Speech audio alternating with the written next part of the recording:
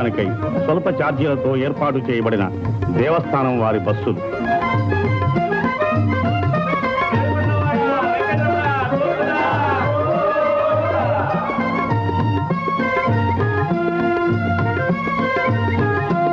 ఇదే మోకాళ్ల పర్వతం, తిరుమల యాత్రలో ఆఖరి పర్వతం.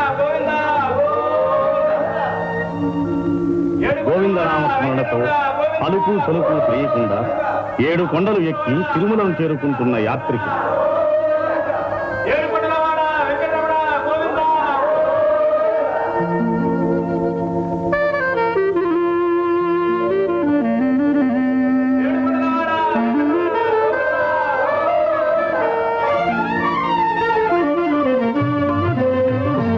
బస్సులలోనూ కారులలోనూ తిరుమలను చేరుకుంటున్న భక్తులు.